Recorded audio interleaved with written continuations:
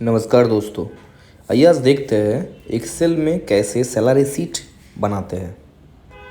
ये video not for the advance people, जो beginners है एक्सेल के लिए, जो काम सीखना चाहते हैं और नया नया एक्सेल में अपना टाइम दे रहे हैं, तो उनके लिए ये वीडियो है।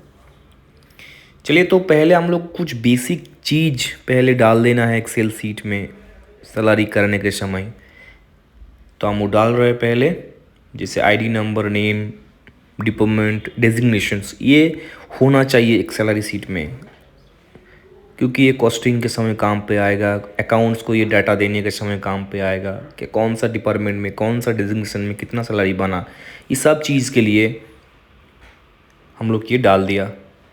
अब सपोज़ मान लीजिए हम इसको एक बार थोड़ा आस्ते आस्ते इसको हम प्रेजेंटेशन की तरफ से लेके जाएंगे कि कैसे डाटा को प्रेजेंट करेंगे, कैसे इसको अच्छा बनाएंगे। तो मान लीजिए सपोज़ किसी का ग्रॉस सपोज़ है 43,286 रुपीज़, और कंपनी का हिसाब से उनका बेसिक सपोज़ ग्रॉस का मान लीजिए एक बार 35% ही है, तो उसके हिसाब से बेसिक ये बन जाएगा 15,150 रुपया।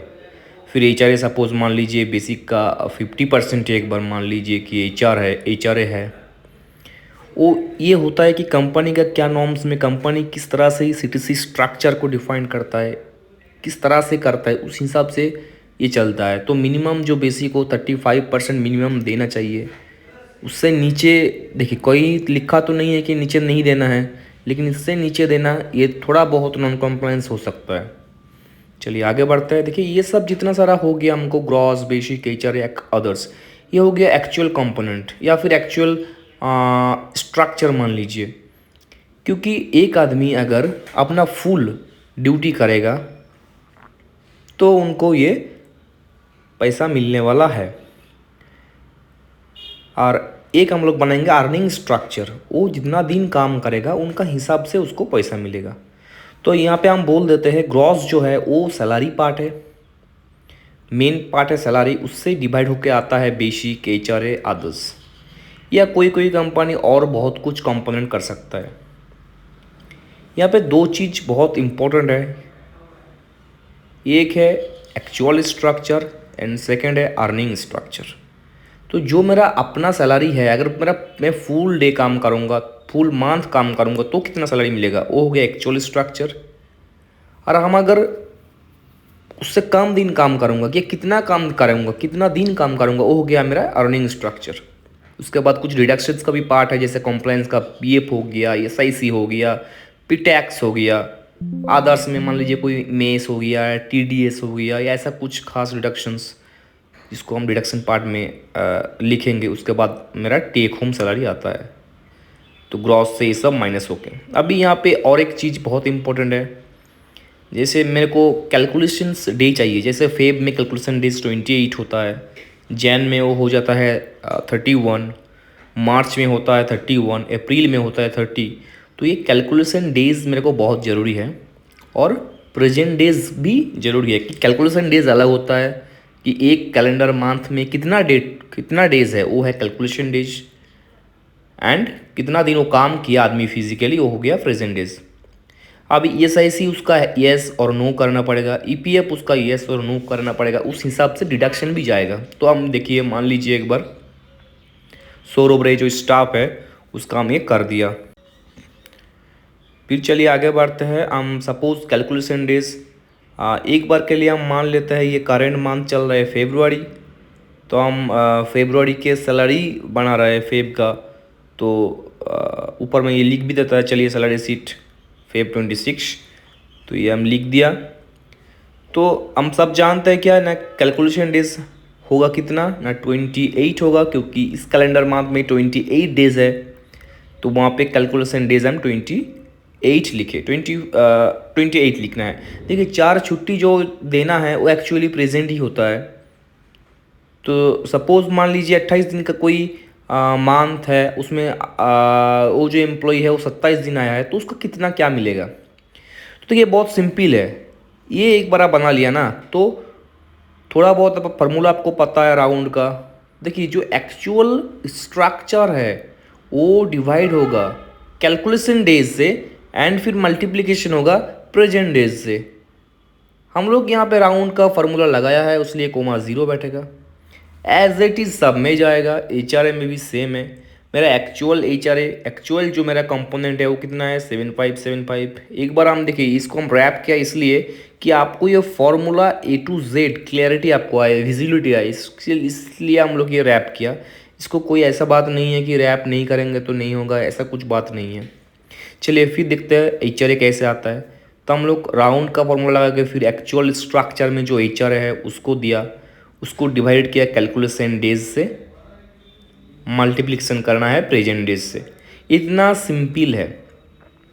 फिर कोमा ज़ीरो, क्योंकि हम लोग राउंड का जो फॉर्मूला लगाता है उसमें कोमा ज़ीरो मैंडेटरी है, तो दे दिया एच आर ए।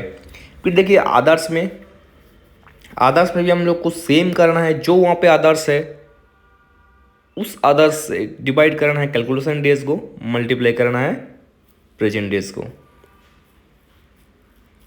तो ये मेरे को बार बार एक चीज़ आपको रिपीट कर रहा हूँ, ये एक्चुअल स्ट्रक्चर वो होता है जिसमें एक आदमी फुल डेज अगर काम करेगा एक मंथ में तो कितना मिलेगा। देखिए 4 छुट्टी होता है हर एक कंपनी में, या किसी कंपनी में संडेज का हिसाब से छुट्टी होता है, वो अलग है।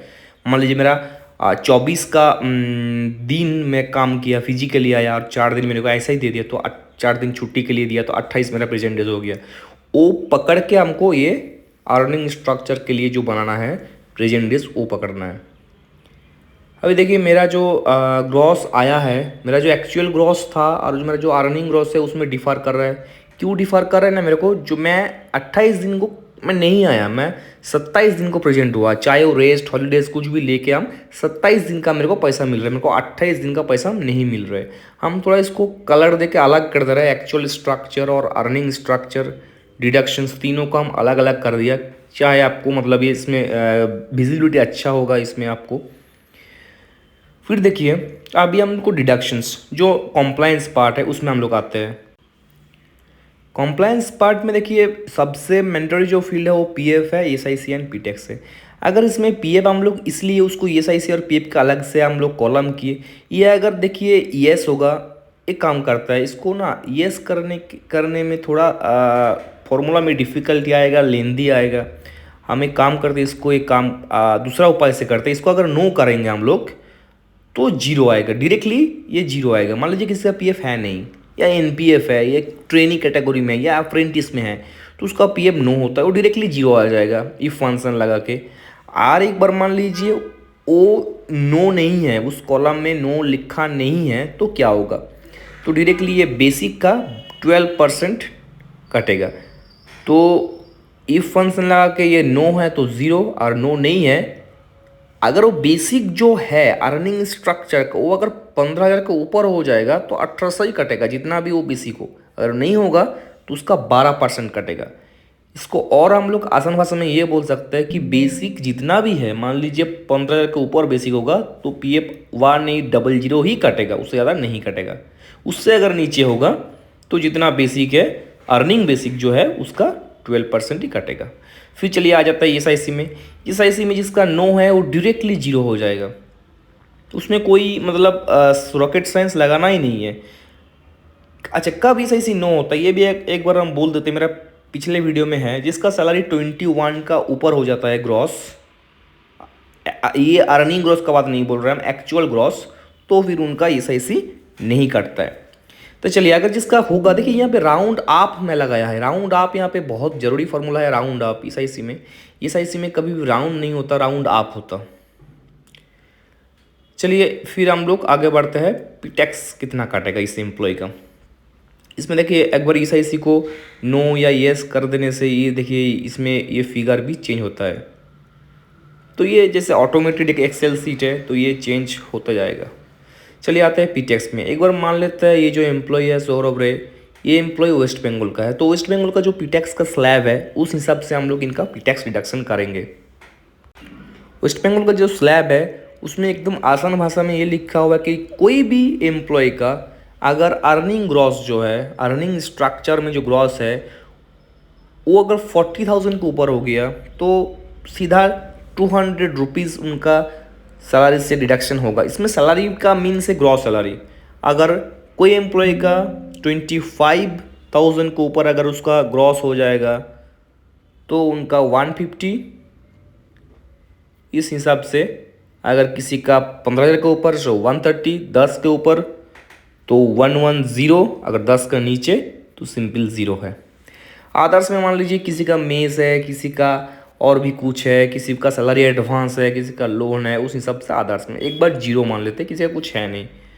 तो यहाँ पे नेट टेक होम कितना आएगा? नेट टेक होम सीधा सीधी ये आएगा, जो ग्रॉस सैलरी है उससे PF minus ESIC minus P tax minus Adarsh. देखिए हम लोग यहाँ पे अगर कैलकुलेशन डेज को चेंज करेंगे या प्रेजेंट डेज को चेंज करेंगे, अगर सेम करेंगे प्रेजेंट डेज और कैलकुलेशन डेज को, देखिए वहाँ पे एक्चुअल ग्रॉस का जो है और अर्निंग ग्रॉस का जो है वो सेम हो जाएगा। तो चलिए ये एक आदमी का हो गया। एक बार हम फॉर्मेट प्रिंटर करके फिर हम लोग इसको फॉर्मेट प्रिंटर करके इसको और आगे बढ़ाता है। और इस हिसाब से अगर मेरे को बहुत सारा आदमी अगर होगा मेरे कंपनी में, मान लीजिए 500, 1000, 2000, 20,000 जैसा भी आदमी काम करे, मेरे को एक ठो बस ठीक कर लेना है, उसका नीचे तो हर एक चीज़ ड्रैग होता जाएगा। देखिए हम लोग के आज एक फार्मूला लगा दिया और हम जैसे पहले भी बोले थे, employee ID, name, designation, department, ये 4 चीज़ बहुत ज़रूरी है, ये देना है। ये देने से आपको और जो फील्ड आप काम करेंगे, ये जो सीट लेके, ये सैलरी सीट लेके आप जहाँ जहाँ काम करेंगे, फिर मान लीजिए पीएफ का सीट बनाएंगे या ईएसआईसी का सीट बनाएंगे, तो ये चीज़ बहुत ज़रूरी है। और ये हर एक फार्मूला को हम लोग पहला कॉलम से, पहला रो से ड्रैग करके हम लोग लास्ट तक लेके आ गया। अभी देखिए, अभी मान लीजिए हम एक बार और क्या करते हैं ना, इसमें कैलकुलेशन डेज तो सभी का 28 होगा क्योंकि फरवरी का मंथ चल रहा है। नेम में हम सपोज रैंडमली कुछ नेम पुट्स करते हैं, अल्फ़ाबेटिकली ABCDE एट्सेट्रा। नेम यहाँ पे एक बार पुट कर लेते हैं। चलिए हम JKL करते हैं। फिर मान लीजिए एक बार हम कुछ डेजिग्नेशन और डिपार्टमेंट को सेम ही एक बार के लिए रखते हैं, assistant manager HR। Present days एक बार मान लेते हैं हम, रैंडमली प्रेजेंट डेज भी हम पुट करते हैं। चलिए एक बार रैंडमली पुट कर रहे हैं एक बार प्रेजेंट डेज को भी। चलिए फिर देखिए 22, 27, 28, चलिए पुट करते हैं। फिर हम लोग ESIC एंड EPF में एक बार उसको ड्रैग ही कर देते हैं। चलिए सबको ESIC हम नहीं, दो एक आदमी का चेंज कर देते हैं। चलिए ESIC इसको यस कर देता है, इसको यस कर देता है। फिर देखिए हम लोग ग्रॉस किसी का वो भी रैंडमली एक बार पुट करेंगे। देखिए यहाँ पे जब भी हम ये डाटा क्या हुआ, ये एक्सेल सीट, ये सैलरी सीट ऑटोमेटेड हो गया। आप जब पुट करेंगे ना ग्रॉस, ये ऑटोमेटिकली आएगा। देखिए अगर स्ट्रक्चर किसी का अलग होगा, कोई मान लीजिए ये हो गया फिक्स कैटेगरी का कोई एम्प्लॉय, जैसे फिक्स क्या होता है ना, कोई भी एम्प्लॉय को मान लीजिए आप बोला है कि एक मंथ आप काम करेंगे तो इतना देंगे सैलरी, ये पर डे में आप नहीं दे रहे हैं, तो इस हिसाब से आप इसको आगे बढ़ सकते हैं। चलिए पर डे में होगा, अलग होगा वो चीज़, हम वो नेक्स्ट वीडियो में एक बार बात कर लेंगे। इसको हम साम कर दिया कि कितना कॉस्टिंग आ रहा है मेरा, एक मंथ का कितना सैलरी हुआ, कितना पेबल हुआ, बैंक में कितना पेमेंट करने लेकर हम लोग जाएंगे, बैंक में देंगे वो नेट टेक होम, डायरेक्टली जो टेक होम सैलरी है वो हम लोग बैंक में पेमेंट के लिए देंगे बैंकिंग टीम को। पीएफ में जो कटा है वो हम पीएफ को देंगे। पीएफ टीम जो है स्टैट्यूटरी कंप्लायंस टीम हो है, अगर आप करते हैं तो आप ही कर सकते हैं, मतलब हिसाब से। देखिए ये एक तो मोटा मोटी क्या हो गया ना, प्रेजेंटेबल एक तो सीट बन गया कि पहले जो हम लोग स्टार्ट किया था उस सीट से और अभी जो सीट है थोड़ा बहुत चेंजेबल आपको देखने के लिए लगेगा। इसमें आप और कलर कर सकते हैं, और फॉन्ट का स्टाइल, ये देखिए जो फर्स्ट रो है इसको आपको दिखाने के लिए रखा है, आप डिलीट भी कर सकते हैं एक्चुअली स्ट्रक्चर, अर्निंग स्ट्रक्चर, अगर आप कोई आदमी आ जाएगा तो हर एक चीज़ यहाँ पे टेक होम को भी आप कलर कर सकते हैं, कोई अच्छा कलर ढूंढ के। सपोज चलिए यही कर देते हैं कलर, नहीं अच्छा नहीं लग रहा है, ये कर देते हैं कलर। तो अभी इसमें क्या होता है ना, ये एक डाटा बन गया जिसमें आपको हर एक चीज़ को मतलब प्रेजेंटेबल भी हो गया, ये सैलरी शीट भी बन गया, तो इसको लेके आप आगे बढ़ सकते हैं। चलिए देखिए एक बार हम लोग इसको ESIC और PF में यस और नो को चेंज करेंगे तो भी ऑटोमेटिक आ जाएगा।